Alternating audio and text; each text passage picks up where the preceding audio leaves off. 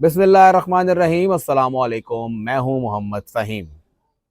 खैबर पख्तूनख्वा से सेनेटर्स के लिए पाकिस्तान तहरीक इंसाफ ने अपने उम्मीदवारों का ऐलान कर दिया है और जो उन्होंने ऐलान किया है उसके मुताबिक उन्होंने तकरीबन कोई 9 टिकट्स जारी किए हैं या 9 उम्मीदवारों का ऐलान हुआ है। 5 जनरल नशिस्तों पर उन्होंने नाम अनाउंस किए हैं। 2 उन्होंने टेक्नोक्रेट के जो नशिस्तें हैं उस पर ऐलान किया है और 2 उन्होंने अनाउंस किए हैं ख़वातीन की रिज़र्व सीट्स के ऊपर, यानी 9 उम्मीदवार हैं। 2 जनरल सीट्स पे उन्होंने किसी का नाम नहीं दिया है और जो सूरत हाल बनती नज़र आ रही है इसमें पाकिस्तान तहरीक इंसाफ तकरीबन 6 नशिस्तें इंतहाई आसानी से जीतती हुई नज़र आ रही है, यानी 4 जनरल, 1 खातून और 1 टेक्नोक्रेट वो आसानी से जीत जाएंगे। अगर तो मखसूस नशिस्तों पर जो अपोजिशन को मेंबरान मिले हैं, स्पीकर सूबाई असम्बली कुछ भी करके ये हल्फ थोड़ा डिले कर देते हैं और वो ख़वातीन जो आई हैं मखसूस वो हल्फ नहीं ले पाती, वो 3 अक़लियत हल्फ नहीं ले पाते, तो फिर अपोजिशन के लिए 1 खातून और 1 टेक्नोक्रेट जीतना नामुमकिन नज़र आ रहा है। वो नशिस्तें भी PTI को मिलेंगी और ये 9 सीटें PTI आराम से जीत जाएगी और 1 जनरल सीट भी उनको मिल जाएगी। अपोजिशन के खाते में फिर 2 जनरल या शायद 1 जनरल नशिस्त ही आ सके, इतना मुश्किल हो जाएगा अपोजिशन के लिए यहाँ पे निकलना। बाकी टेक्निकल गेम्स हैं वो सब कुछ होती रहती हैं। अगर देखा जाए कि ये 9 लोग हैं कौन, इन पर अगर बात कर लें, सबसे पहला नाम जनरल सीट के ऊपर मुराद सईद का आया है। मुराद सईद खैबर पख्तूनख्वा से 2 मरतबा रुकन कौमी असम्बली मुंतखब हुए हैं। एक मरतबा वो वफाकी वज़ीर मवासलात रहे। ISF जो स्टूडेंट विंग है PTI का, उसके बानी हैं। उन्होंने इसकी बुनियाद रखी और उसके साथ ही एक मजबूत यूथ विंग और स्टूडेंट विंग उन्होंने इसको शुरू किया। इमरान खान साहब के बहुत ही करीब हैं, लेकिन उनके कागजात रिजेक्ट हुए MNA के लिए और ऐन मुमकिन है कि सेनेट के लिए भी उनके नॉमिनेशन पेपर रिजेक्ट होंगे। तो उन्हीं के कवरिंग के तौर पे अज़हर मिशवानी साहब का नाम सामने आया है। अज़हर मिशवानी साहब वो खैबर पख्तूनख्वा के रिहायशी रहे हैं। मानसेरा से इनका ताल्लुक़ है, बफ़ा से ग़ालिबन तहसील इनकी लगती है, वहाँ से ये बिलोंग करते हैं। जो ज़लज़ला आया, यहाँ पे हालात ख़राब हुए, तो उसके बाद उनकी फ़ैमिली माइग्रेट होकर लाहौर चली गई और वो ख़ुद भी लाहौर जाके उन्होंने आला तालीम हासिल की। फिर मानसेरा में वो रिहाइश पज़ीर हुए, लाहौर में वो रिहाइश पज़ीर हुए।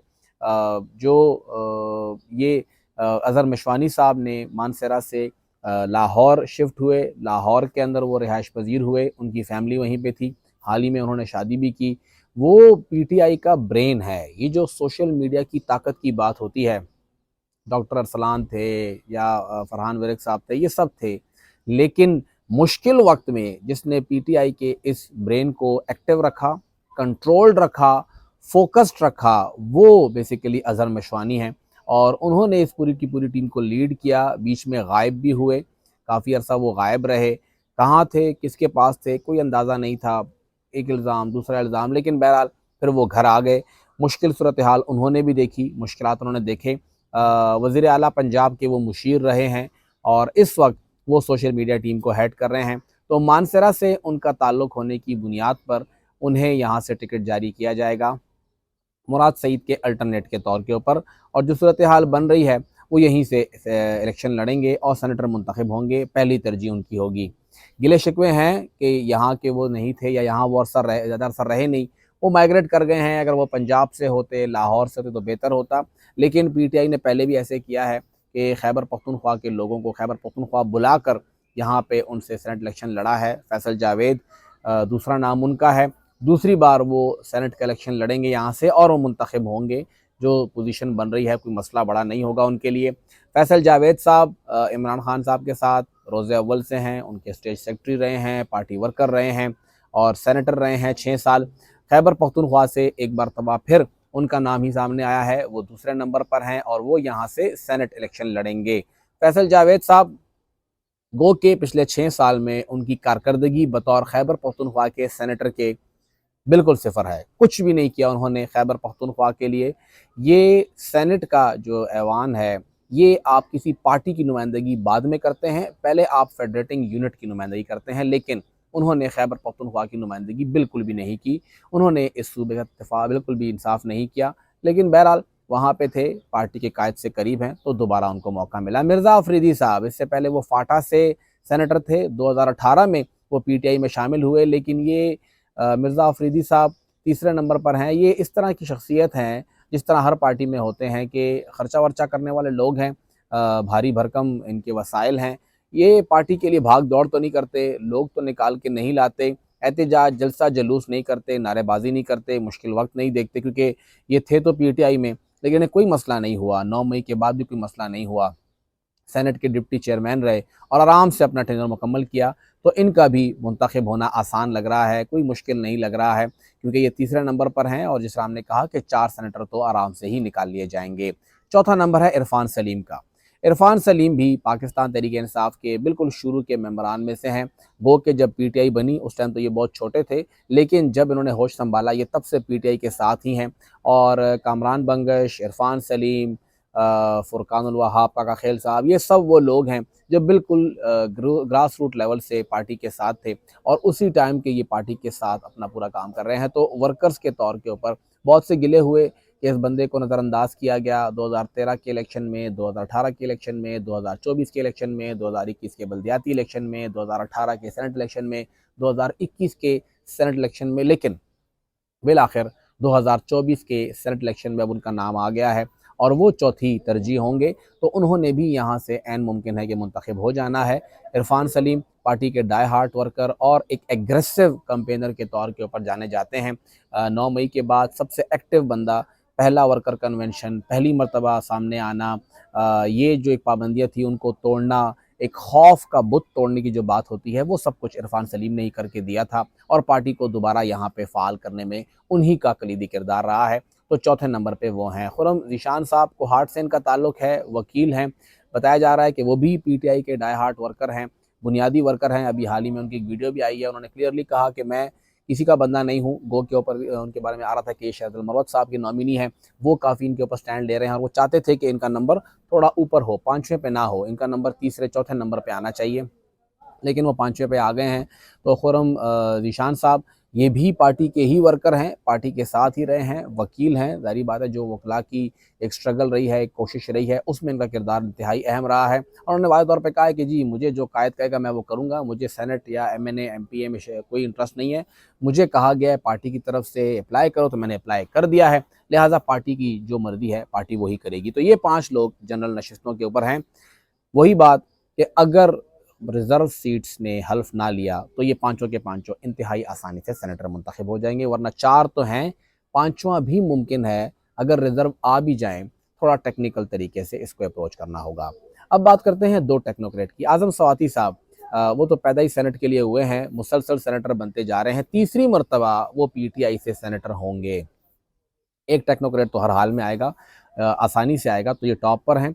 तो इन्होंने मुंतखब हो जाना है, वो इस मरतबा फिर सेनेट के लिए उम्मीदवार हैं और हम सब जानते हैं कि उनका इन्फ्लुएंस जितना है पार्टी के अंदर भी, पार्टी के बाहर भी, दीगर जगहों पर भी, अहम मकामात पर भी, तो वो यहाँ पे टेक्नोक्रेट के लिए पहले नंबर पर हैं। इरशाद साहब ये इससे पहले जो हैं वो डीआईजी रहे हैं और इनके अच्छे खासे कॉन्टैक्ट्स हैं, फोर्सेस की साइड पर भी इनका ताल्लुक़ कुरम से है। ये कौमी असम्बली के उम्मीदवार थे पीटीआई की तरफ से, लेकिन क्योंकि मजलिस वात मुस्लिमीन के साथ एक मुआहदा हो गया था, तो वहाँ पे उनके मुकाबले में अपना उम्मीदवार इन्होंने कैंडिडेट विड्रॉ किया था, तो इन्हों को ही कहा गया था कि आप विड्रॉ हो जाएं। उन्होंने पार्टी के फैसले के सामने सर तस्लीम खम किया, वो विड्रॉ हो गए थे और पार्टी ने अब उन्हें टेक्नोक्रेट के लिए दूसरे नंबर पर रखा है। और दूसरे नंबर पर भी यही तरीक़ाकार है कि अगर और एमपीएस ना आए तो ये दोनों टेक्नोक्रेट जीत जाएंगे और अगर और एमपीएस आते हैं तो फिर थोड़ा इफ़ एंड बट करके ही आगे बढ़ना पड़ेगा, तभी ये दोनों टेक्नोक्रेट निकल सकते हैं। आयशा बानो साहिबा, आयशा बानो साहिबा सिर्फ़ और सिर्फ इसलिए निकली थी, गो के इनका ख़ानदान सियासी है, लेकिन टाउन का जो लेडीज़ क्लब है उसको बचाने के लिए ये निकली थी। ये डॉक्टर आसिया असद, हुमैरा गिलानी, ये सब लोग इसीलिए निकले थे। ये घरों के अंदर आराम से अपनी लाइफ गुजारने वाले लोग थे, इन्होंने ना ही मारपीट करनी थी, ना जलसा जुलूस करना था। लेकिन जब 2009-10 में जब ये लेडीज़ क्लब को ख़त्म करने की बात हो रही थी, तो ख़वातीन के लिए एक ही जगह थी कि इसको ख़त्म किया जाएगा या किसी और को दिया जाएगा, पूरा एक मसला था। उस वक्त शहीद बशीर अहमद बिलोर साहब वज़ीर बल्दियात थे, तो ये तमाम ख़वातीन निकली थी और पहली मरतबा हमने पेशावर में ख़वातीन के प्रोटेस्ट देखे थे कि किस तरह से ख़वातीन एक्टिवली निकल रही हैं, मुज़ाहरे किए, एहतजाज किए, बयान दिए और उस क्लब को इन्होंने बचाया। उसके बाद इनको लगा कि हाँ, इलेक्शन लड़ना पड़ेगा और पॉलिटिक्स में आना पड़ेगा। इन्होंने पीटीआई जॉइन की। 2015 में ये पहली मरतबा पीटीआई के टिकट पर टाउन 3 की मेंबर मुंतखब हुई। इंतहाई एक्टिव थी। अरबाब मोहम्मद अली साहब यहाँ पे टाउन नाज़िम थे, उनके साथ इन्होंने काम किया और एक्टिवली काम किया, जिसकी वजह से ये पार्टी को नज़र आने लगी थी और इसीलिए 2013 में इन्हें 2018 में मेंबर सूबाई असम्बली मुंतखब किया गया। मेंबर सूबाई असम्बली मुंतखब होने के बाद भी सबसे ज़्यादा एक्टिविटियाँ इन्होंने और इनके साथ अगर देखा जाए तो सुमेरा शम्स ने की। सुमेरा शम्स को यूथ की सपोर्ट हासिल थी, इसलिए थोड़ा वो पुश हुई, लेकिन आयशा बानो ने खुद अपने तई सारा काम किया। हायर एजुकेशन के हवाले से उन्होंने काम किया, वुमेन डेवलपमेंट के लिए काफ़ी काम किया और एक्टिवली पार्टिसिपेट किया, स्पेशली लेजिस्लेशन के हवाले से, और हर जगह वो एक्टिवली पार्टिसिपेट करती रही। 9 मई के बाद एहतजाजी जलूस, जलसे, वहाँ पे पहुँचना, हर जगह जाना, ये सब कुछ इनके अंदर था और ये सब कुछ करती रही हैं और इसीलिए पार्टी ने इस बार इनको सेनेट के लिए नॉमिनेट किया है। इससे पहले एमएनए के लिए भी इनका नाम था, फिर काबीना में भी इनका नाम था, लेकिन बहरहाल अब वो सेनेट में जाएंगी तो उनका यहाँ पे इंतखाब जो है वो हतमी नज़र आ रहा है। उनके साथ हैं रुबीना नाज साहिबा। बहुत से लोगों के लिए ये नाम पहली बार है, लेकिन रुबीना नाज, एडवोकेट रुबीना नाज पीटीआई की एक बुनियादी वर्कर हैं और एक वर्कर के लेवल पे काम करने वाली खातून है। पेशावर से इनका ताल्लुक़ है, ये वकील हैं और सबसे पहले जब कोई भी पीटीआई में नहीं था, नाम की ही वुमेन विंग थी, ये तब से यहाँ पे सूबाई लेवल पे इनकी नायब थी। यहाँ पे इन्होंने इस वुमेन विंग को फ़ाल किया, एक्टिवली पार्टिसिपेट किया। 11-12 साल तक ये नायब सदर रहीं वुमेन विंग की और यहाँ पे हर जगह पे, चाहे लीगल विंग हो या यहाँ पे पॉलिटिकल फ्रंट हो या यहाँ पे ख़वातीन का फ्रंट हो, रुबीना नाज खामोशी से अपना काम करने वाली थी।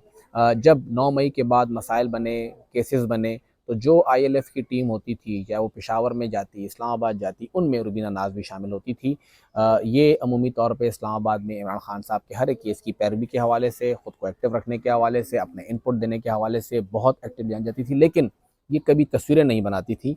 पीटीआई में तस्वीरें बनाने वाला बंदा बड़ा कामयाब होता है, लेकिन उन्होंने कभी फ़ोटोज़ नहीं बनाई, इसीलिए ये 2013 के एमपीए लिस्ट पे भी इग्नोर हुई, 2018 की एमपीए लिस्ट पे भी इग्नोर हुई और 2024 की एमपीए और एमएनए लिस्ट के अंदर भी इनका कोई दूर-दूर तक नाम नहीं था। यानी एक पार्टी वर्कर तो थी, लेकिन पार्टी को क्योंकि बार-बार नज़र नहीं आ रही थी, इसलिए इग्नोर हो रही थी। लेकिन इन्होंने खामोशी से अपना काम किया, किसी को कुछ नहीं कहा, ना कुछ बात हुई, अपने काम से काम रखा और देखिए इस बार इसको सेनेट के लिए इनका नाम लिया गया है।